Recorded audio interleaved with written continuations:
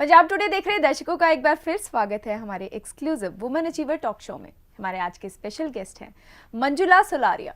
She is a renowned life skill coach, social entrepreneur and CEO of transformer value creators. Welcome ma'am, we are really lucky to have you. Thank you so much ma'am, indeed privileged. So शुरुआत से शुरू करते हैं। ये जो journey है personal transformation से social entrepreneur की, इसके बारे में बताइए। For sure.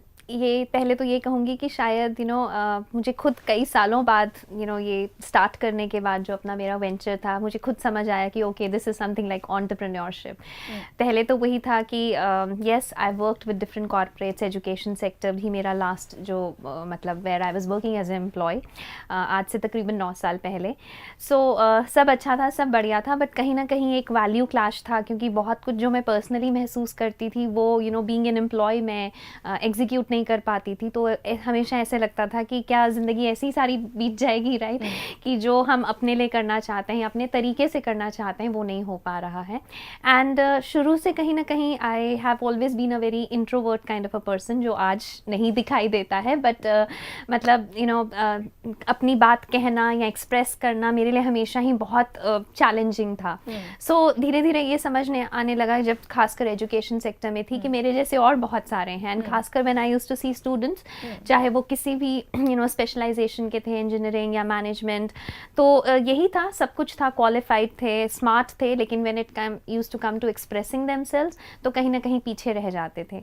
तो वही एक ज़रूरत महसूस होने लगी, और फिर यही दो जो शब्द थे कि एक बड़ा चेंज, बड़ा बदलाव चाहिए, दैट वाज ट्रांसफॉर्मेशन। और एक अपनी लाइफ की जो पर्सनल वैल्यूज़ हैं उसको कहीं सच बनाना है, हकीकत बनाना है। So the transformers value creators नाम उसमें आया, right, into making. And then definitely वहीं से I wanted to do something खासकर बच्चों के साथ। सो आई थॉट कि यस, मतलब सम स्किल्स जहाँ पे सबसे पहले तो आप अपने आप के साथ जुड़ते हैं, जिसको हम आत्मज्ञान, आत्म जागरूकता कहते हैं। जैसे हम बच्चों को सिखाते हैं about the body parts, right, 2 hands 2 legs, I think it is very important कि उन्हें ये भी समझ आना चाहिए कि उनकी अपनी पर्सनल चॉइसेस क्या हैं, वो ज़िंदगी में क्या अगर कुछ सपने देखते हैं तो उन्हें कैसे सच बना सकते हैं, किन स्किल्स की, किन कॉम्पिटेंसी की ज़रूरत है। So that I wanted to do. And way back somewhere in 2013 मैंने हेड एचआर की पोजीशन से अपनी नौकरी छोड़ दी, right. I was at a very comfortable position working with a group of colleges, लेकिन यस, एंड उस टाइम पे बस ये था कि कुछ अपना स्टार्ट करना है, राइट। एंड घर बैठे बैठे ही I conceptualised everything, right from the name, जो एक मतलब आप अपना प्रमोशनल मटेरियल क्रिएट करते हैं, डिज़ाइनिंग, एवरीथिंग। लेकिन उस टाइम पे ये समझ आया कि वेरी फ्रैंकली आप जब एक ऑर्गेनाइजेशन, एक एस्टैब्लिश्ड नाम के साथ जुड़े होते हैं तो आपकी ज़्यादा पहचान उस ऑर्गेनाइजेशन की वजह से होती है। बिल्कुल। आपने चाहे कितने सालों का आपका तजुर्बा हो, लेकिन when you are without a brand तो आप हमेशा फिर से एक तरह से एक स्टार्ट फ्रेशर बन जाते हैं, स्क्रैच से शुरू करना पड़ता है। एग्जैक्टली। सो सबसे पहले तो वही था, वो नाम बनाना, वो पहचान बनाना, जिसके लिए आई थिंक बहुत जल्दी समझ आ गया। समवेयर अगस्त 2013 में मैंने ये कॉन्सेप्ट ट्रेनिंग का सोचा था। एंड सितंबर 2013 में हमने अपना पहला लॉन्च इवेंट किया था, which was basically a principals meet, क्योंकि मैं बच्चों के साथ काम करना चाहती थी। तो उसमें हमने अपना कॉन्सेप्ट रखा, जिसमें हम बच्चों को skills like self awareness, self realization, self esteem, ये सब सिखाना चाहते थे। And somehow I think it was such a success वो जो इवेंट रहा, कि जो पहला हमारा जो मेरा वर्क असाइनमेंट था वो एक टीचर्स ट्रेनिंग प्रोग्राम था। मतलब आई वांटेड टू वर्क बच्चों के लिए, लेकिन यस, एक प्रिंसिपल ने कहा कि ये जो स्किल्स आप बच्चों में डालना चाहते हैं उसकी पहले शुरुआत टीचर्स से करने की ज़रूरत है। और सच में समझ आने लगा कि this is kind of a value circle. अगर बच्चों की लाइफ में कोई चेंज लाना है तो उनकी लाइफ में जितने स्टेक होल्डर्स हैं, उनके teachers, parents, everybody has to be involve in it. Yes, actually, right. So I think उसके बाद there was no looking back, and we've really kind of diversified हर तरह के programs, and today what we do is primarily more of these experiential trainings, जो कि it is learning by doing, right? So very frankly, मतलब we keep ourselves limited to lectures and speeches. हम लोग ज़्यादा अपने पार्टिसिपेंट्स को, जो कि आज 2 साल के बच्चे से लेकर 80 साल के बुजुर्ग भी हैं, right, so I even work with retired professionals also, so उनको हम लोग डिफरेंट एक्टिविटीज़ में, डिफरेंट फन गेम्स में इन्वॉल्व करते हैं। और खेलते खेलते ही यस, उसका जो कहीं ना कहीं वो निकल कर आता है, आउटपुट निकल कर आता है, या जो रियलाइजेशन होती है कि हाँ यहाँ पर I had to improve myself, या यहाँ पे मेरे में कमी रह गई। सो उसी से यस एक तरह से बहुत कुछ हम सीख भी जाते हैं और अपने बारे में बेहतर समझ भी जाते हैं। So that has been the model and today I am more of an outdoor person, right. मुझे लगता है कि ये जो ट्रेनिंग वेंचर था उसके साथ मैंने भी अपने आप में बहुत परिवर्तन, बहुत बदलाव महसूस किया है। जिस तरह के हम प्रोग्राम्स करते हैं वो मैक्सिमम हम लोग आउटडोर्स नेचर के बीच में करते हैं, बिकॉज आई थिंक बहुत कुछ तो आपका ऑटोमेटिकली आप ज़्यादा जो एक मतलब सीखने के लिए ज़रूरत होती है, ज़्यादा एनर्जी की, एक्साइटमेंट की, वो within the nature automatically सब starts working, and that's how we do a lot of adventure trainings also today, right. So I think but हाँ डेफिनेटली जिस तरह से अभी पिछला 2 साल का टाइम था पैंडेमिक, जिसमें वही बात था, एवरीथिंग गॉट लिमिटेड एंड ज़रूरत वही थी कि हम अपने घरों में ही सीमित रहें। सो उसमें भी इस ट्रेनिंग वेंचर के साथ हमने बहुत डाइवर्सिफाई किया। I have done programs from Kashmir to I think Kanyakumari तक। तो वही था, एक जगह बैठे बैठे आप हाँ कहीं भी कनेक्ट हो सकते हैं। सो वो भी अपने अंदर एक स्किल डेवलप किया। Today we do all sort of webinars also, and the best part is कि हम वेबिनार्स में भी डिफरेंट एक्टिविटीज़ इंक्लूड करते हैं। So again it's not a kind of a monotonous, या उसमें बोरियत महसूस नहीं होती है। So it's more of again a fun engagement. Congratulations, thank you. आज नाम भी है, पहचान भी है और सिग्निफिकेंट ट्रांसफॉर्मेशन भी है। Thank you so much, thank you. आप लाइफ स्किल कोच हैं, so Right. I would really like to ask कि इम्पोर्टेंट राइट लाइफ स्किल्स कौन से हैं जो आज की डेट में बहुत ज़रूरी है? ट्रू, मैं वही कहूँगी गुरलीन मैम कि सीरियसली ये काम करते करते ही मुझे खुद बहुत चीज़ें खुद क्लैरिफाई हुई, राइट। मतलब पहले वही था कि सम स्किल्स जो आपको अपने आप के साथ जोड़ते हैं, एंड लेटर जब इस चीज़ में I started studying and getting deeper into it, तो पता चला कि WHO, which is the World Health Organization, they've already enlisted 10 different life skills, which include your self-awareness, self-confidence, decision making, problem solving। ये चीज़ें जो हमें लाइफ के हर क्षेत्र में, हर जगह ज़रूरत पड़ती है, लेकिन शायद इसके लिए कोई फॉर्मल एजुकेशन या फॉर्मल करिकुलम डिज़ाइंड नहीं है, राइट। हमेशा हम लोग वही बात है कि लाइफ आई थिंक एक वो कहते हैं ना, वो वाला एग्जामिनर है जो पहले एग्जाम लेता है, उसके बाद उसका लेसन पढ़ाता है। सो हम उस तरह से वो लाइफ लेसन्स पहले देते हैं, राइट। जैसे मैंने वही कहा कि हम डिफरेंट एक्टिविटीज़, सो हम अगर if it's a problem solving पे सेशन है तो हम एक प्रॉब्लम सिचुएशन क्रिएट करेंगे, राइट। अपने पार्टिसिपेंट्स को उसमें डालने के बाद then we try to come with the outcome। बच्चों की बात करूँ तो आई थिंक सबसे पहले वही बात है, that self connect, knowing who you are। I mean, I think सबसे ज़रूरी तो वही है कि yes, how come you're a different species, आप एक इंसान के जन्म में आए हैं, right? आप किसी और जीव जंतु के रूप में नहीं आए हैं। So how come as a human you are over and above the other living organisms, right? आप में क्या बेहतर है, जिसमें सबसे ज़्यादा primarily I emphasize upon the emotions। Right, I think it is emotions primarily जो हमें इंसान बनाते हैं, राइट। दिमाग जानवरों में भी होता है या उनमें भी इंस्टिंक्ट्स होते हैं, राइट, कि जैसे एक इफ वी से कि even if it's a lioness also, तो वो लायनेस भी एक मदरली इंस्टिंक्ट से अपने बच्चों का ध्यान रखती है, राइट। लेकिन इमोशंस वो हैं जो हमें इंसान बनाते हैं या इंसानियत सिखाते हैं।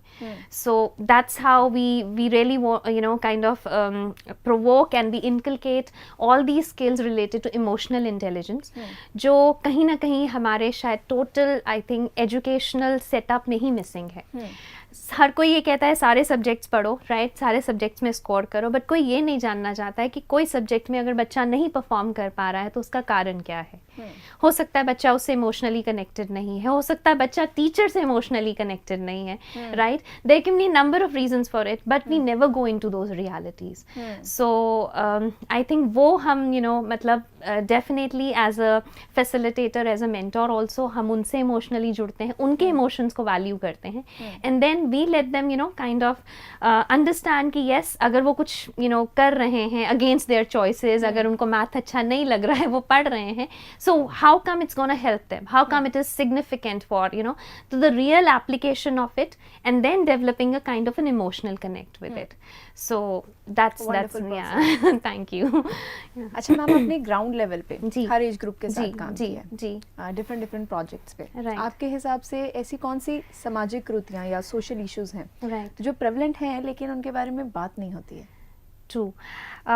वैसे तो there are number of things, but very frankly एक जो मुझे सबसे ज़्यादा लगता है ना कि हमारे समाज में जो बेसिक नीड्स हैं, राइट, हम कई बार उन्हें भी अंडर द ब्लैंकेट ही रखते हैं, जिसमें sex is one of the basic need. हम रोटी कपड़ा मकान बात करते हैं, उसी की तरह I mean this has been proven, this has been justified कि अगर आपकी सेक्शुअल नीड्स, सेक्शुअल डिज़ायर्स पूरे नहीं होते हैं, तब भी you become actually monster and you so जो एक नेचुरल प्रोसेस है, right, and I think every human undergoes this और every human needs it as well, and जिसके लिए हम वही देखते हैं कि बच्चों में जो चेंजेस आते हैं, right, from childhood to adolescent, and adolescence is the most sensitive stage, right, जहाँ पे वही चीज़ है कि वो आपको बदलाव, वो परिवर्तन अंदर से महसूस हो रहे हैं, बहुत आपकी इच्छाएं जाग रही हैं, राइट, लेकिन आप किसी से बात नहीं कर सकते हैं. सबसे पहले तो हमारा फैमिली सिस्टम ही, राइट, अगर जाके बच्चा पेरेंट्स से पूछ ले तो पेरेंट्स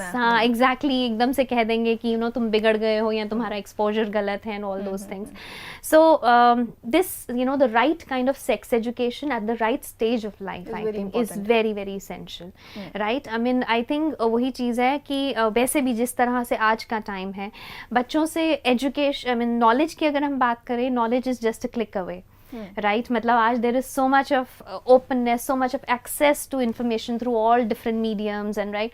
तो बेहतर ये है कि यस वो उनको राइट चैनल से मिले, राइट एक तरीके से मिले और फिल्टर्ड इन्फॉर्मेशन मिले जो उनके एज अप्रोप्रिएट है, रादर दैन आज वही बात है कि talking about all these media channels and Netflix and what not, right. So वही बात होता है कि बच्चा सब कुछ देख रहा है, they have an access to everything, जो शायद यस एग्जैक्टली.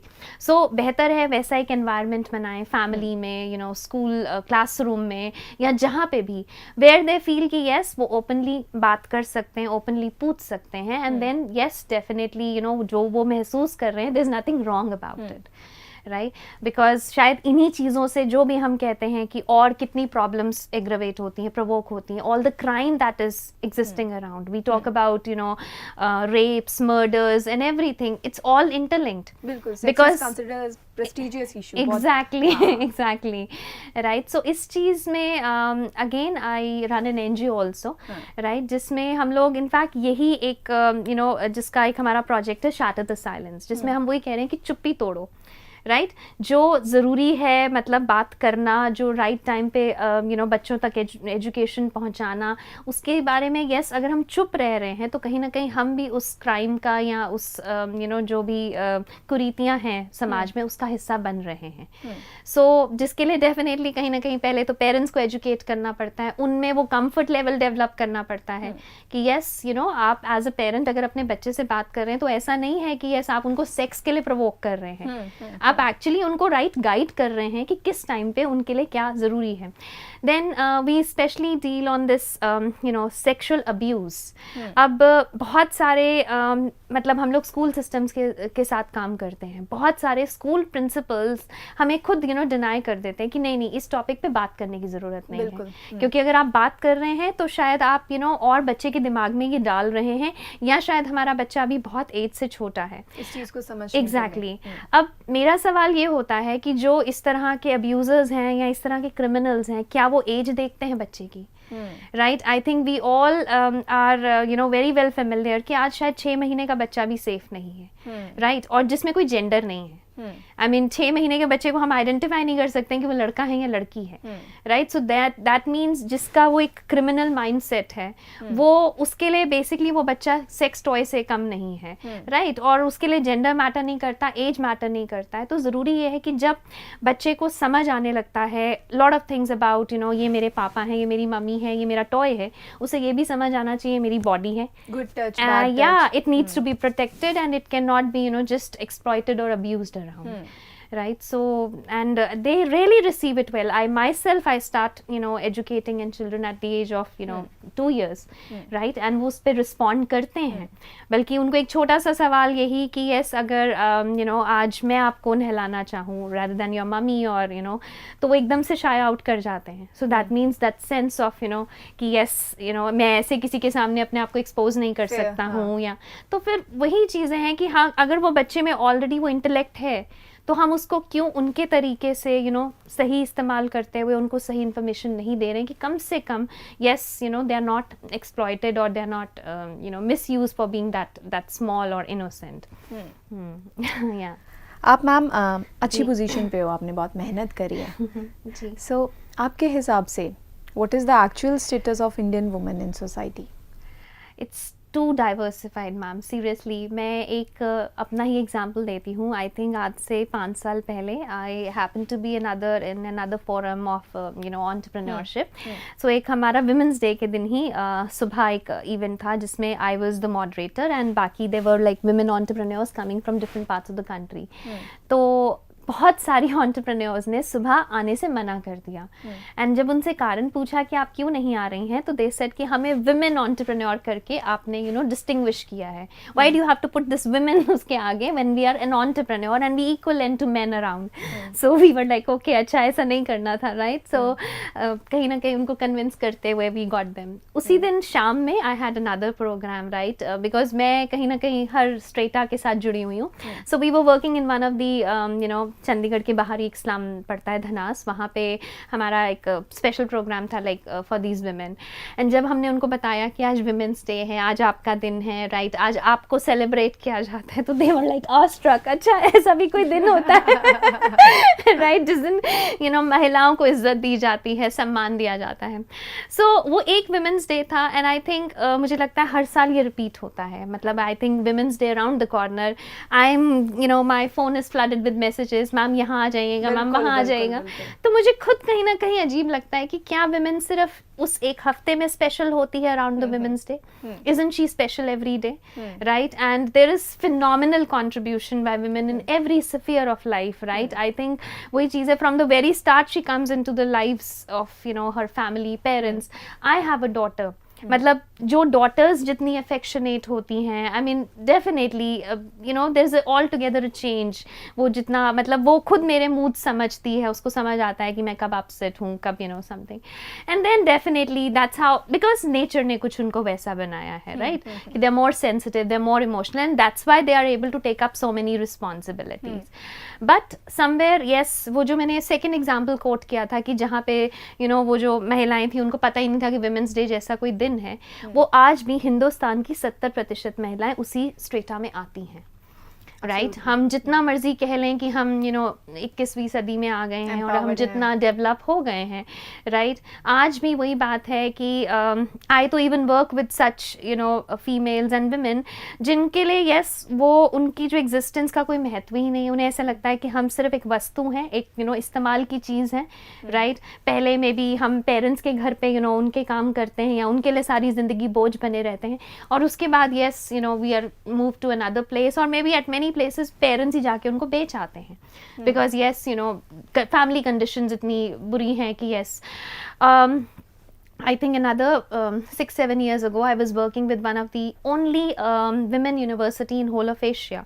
ये हमारे ही हरियाणा में पड़ती है. I'm forgetting BPS महाविश्वविद्यालय, if you want you can her, right? So वहाँ पे I was doing a women leadership program. हमारा एक हफ्ते का women leadership program था, लेकिन प्रॉब्लम थी कि वहाँ मुझे कोई women दिखाई ही नहीं दे रही थी. It was the only women university because जितनी लड़कियाँ थी, पहले तो उन सबके बाल छोटे छोटे, right? Nobody wanted to have like लंबे बाल, right? दूसरा none of them were in dressed up like a female, right? All of them were in मतलब वो okay आजकल तो यूनिसेक्स ही है, but more of that manly clothes with that manly attitude, right? मतलब इस तरह से बाजुएं चढ़ाई हुई हैं all. दूसरा कहूँगी कि yes वो जब शायद मेरी तरफ देखती भी थी तो ऐसे लगता था कि सच में आगे से boys are staring back, even though they were females, right? I was really confused कि हो क्या रहा है, right? Am I actually in the right crowd? ये मतलब मुझे तो बताया गया था कि लड़कियाँ हैं, but बाद में रियलाइज हुआ कि they were not willing to accept themselves as girls as females, because this was a university based in Haryana, right, जहाँ पर एज इट इज़ लड़की का जन्म एक अपने में ही प्रकोप माना जाता है, राइट। आप जिस दिन दुनिया में आती हैं उसी दिन से आपको कोसना शुरू कर दिया जाता है कि आप फैमिली पर बोझ बन गई हैं करके। सो वो विमेन लीडरशिप तो पता नहीं हुआ कि नहीं हुआ, लेकिन शायद मुझे 3 दिन लग गए उन्हें ये विश्वास दिलाने में कि आपको जो प्रकृति ने बनाया है वो आप अपने में कितनी खास हैं, and you need to celebrate that women, that female within you, right. मतलब you can not go against the law of nature. So ये जो वही बात है कि दैट सेल्फ डिनायल, आप अपनी आइडेंटिटी के साथ ही नहीं जुड़ना चाहते हैं, राइट। आपको मतलब वही लगता है कि मतलब शायद बीइंग अ फीमेल एक आपके साथ इनजस्टिस हो गया है, राइट। ये एक है concern. Then we do these menstrual management projects. हाँ, अब लड़कियों को आज भी इसको लेकर इतना ज़्यादा वो ऑर्थोडॉक्स ओपिनियन है कि भगवान ने ये एक तरह से एक पाप दिया हुआ है लड़कियों के ऊपर, एक श्राप है वेरी फ्रैंकली कि उनको पीरियड्स होते हैं, क्योंकि वही, और उसमें उसको लेकर कितना भेदभाव है। कितनी फैमिलीज में एक्चुअली लड़कियों को घर से सेपरेट कर दिया जाता है, they not allowed to stay with the main family जब they are undergoing their periods, right. So ये कुछ चीज़ें जो आज भी समाज में पनप रही हैं। घर में लिटिल थिंग्स, राइट, खाना खाते हैं तो जो घर की लड़की है या बहू है वो बाद में खाना खाएगी। छोटी छोटी बातों पे आपको कितना डिफ्रेंशिएट किया जाता है। हमने ही एक सर्वे किया था, चंडीगढ़ के पास बापू धाम एरिया है, राइट। सो हमने they were the school going girls, right, government schools में जाती थी, और हमने इनको पूछा कि कहाँ आपको लगता है कि अगर भगवान ने आपको लड़की बना दिया तो कुछ मतलब, सो लिटिल थिंग्स कि मेरे भाई का बर्थडे सेलिब्रेट होता है, मेरा सेलिब्रेट नहीं होता है, राइट। बाहर के जितने काम होते हैं वो मेरा भाई करता है, मुझे नहीं भेजा जाता है बिकॉज तुम, यस एग्जैक्टली। बल्कि ये जिन बच्चियों की मैं बात कर रही हूँ, दैट्स अनदर प्रोजेक्ट जो हम लोग रन कर रहे हैं।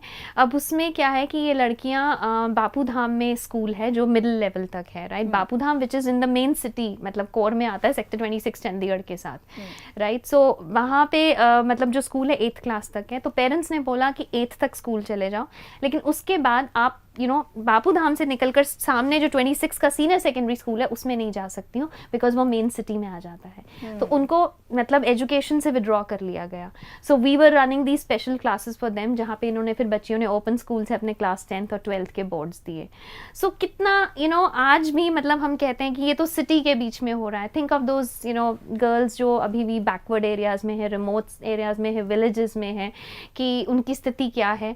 और वही चीज़ है कि पढ़ाई अभी भी मतलब हमारे देश में it's a kind of again a privileged facility which majority of the girls don't get, right। या मैक्सिमम अगर पढ़ लेंगी तो 8th क्लास तक पढ़ लेंगी या उससे भी ज़्यादा। yes, I think they are forced to drop out once they start with their periods, क्योंकि वो सुविधाएं नहीं है कि yes अगर आपको periods हो रहे हैं तो आप स्कूल कैसे पहुंचेंगी, exactly। so it's a long way to go actually। मतलब we are those privileged women who know yes कि what are our rights and what is it that we can do for ourselves, and we are already doing so much। so वही है कि I think now the need is कि we really need to support the other women, the other females who are still left behind before we start blaming the men around, right। हम खुद उनके लिए क्या कर रहे हैं, I think वो पहले देखने की ज़रूरत है, rather than, because ये भी एक सच्चाई है कि yes it's primarily a women against a women right। this happens in every family, this yeah, so yeah। So, जैसे आपने बात करी, जी, you have a daughter, yeah, and you enjoy her, celebrate her true, existence। true। Women empowerment में आपका take क्या है? ये सब बातें हमने Right, करी हैं sure, कि sure। जो मैक्सिमम परसेंटेज Right, है, right। वो एम्पावरमेंट का मतलब ही नहीं समझते। Exactly। बेसिक नेसेसिटीज भी उनके True, लिए true। बहुत बड़ी चीज़ है। True, ma'am। So what is your take on women empowerment? Ma'am ये भी ना एक कॉन्सेप्ट मतलब थोड़ा सा मेरा हमेशा डिफरेंस ऑफ ओपिनियन रहता है, क्योंकि women as it is there empowered, मतलब कंप्लीट हैं अपने आप में। बल्कि वही बात है, अभी शिवरात्रि गुजरी थी तो वही है कि शिव भी तब पूरे हुए थे जब शक्ति में समाये थे, राइट। सो जो वो फेमिनिन एनर्जी है वो एज इट इज़ अपने में कंप्लीट है। बट सिर्फ जो कहीं एक डिफरेंस आ जाता है वो यही है कि यस हमें खुद पे विश्वास नहीं है।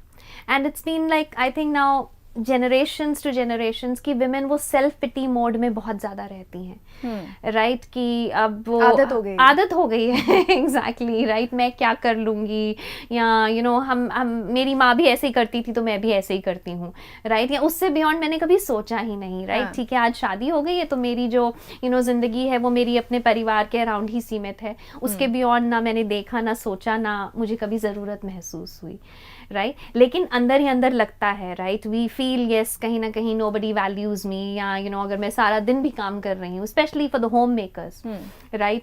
मतलब in fact this is the most least you know valued job and which is a 24/7 job, right? बल्कि ये होम मेकर भी बड़ा न्यू कॉन्सेप्ट है, यू नो अगर हम देखें तो वो खुद को भी बड़े दबे उससे इंट्रोड्यूस कराती हैं कि मैं एक हाउस वाइफ ही हूँ, राइट?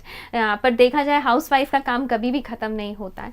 सो ज़रूरत है कि पहले तो you know yourself realizing your worth, right? And this is not the state for only the uneducated women. I'm talking about many educated women, right?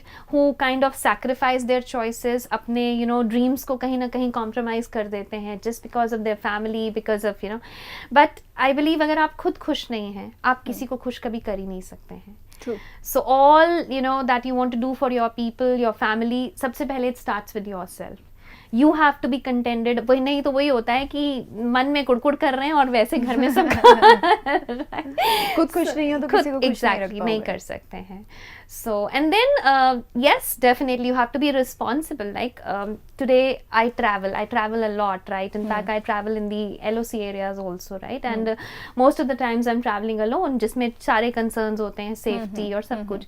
लेकिन ऐसा होता है कि ठीक है, अब अगर आज you know I've chosen for such a profession, I've chosen for such a journey, I have to be responsible for it. कल को मैं ये नहीं कह सकती हूँ कि yes, you know, my husband also quits his, you know, work and वो मेरे साथ चलें क्योंकि मेरे को secure we talked about equality. Yeah, exactly. So you need to be responsible. Yes, exactly. तो वही है. I think पहले तो self pity mode से बाहर आने की ज़रूरत है कि मैं बेचारी, मैं लाचारी, right? Whatever it is, right? I mean, मैं तो हम लोग self defense programs करते हैं, especially जब child sexual abuse उसमें. तो मैं जस्ट उनको बोलती हूँ कि यू नो घर पर हम लोग शायद 5 लीटर की बाल्टी उठा के ऊपर से नीचे कर लेंगे, लेकिन when it comes to protecting yourself तब हम एकदम यू नो हो मैं मार नहीं सकती हूँ या ना, या मैं कमज़ोर हूँ. सो जब तक आपको खुद अंदर से अपनी वो शक्ति, अपना यू नो जो आपकी स्ट्रेंथ है वो रियलाइज नहीं होगी, बाहर वाला भी आपको मदद नहीं कर सकता है. So सबसे पहले तो you have to feel you know stronger within, you have to be committed to your dreams.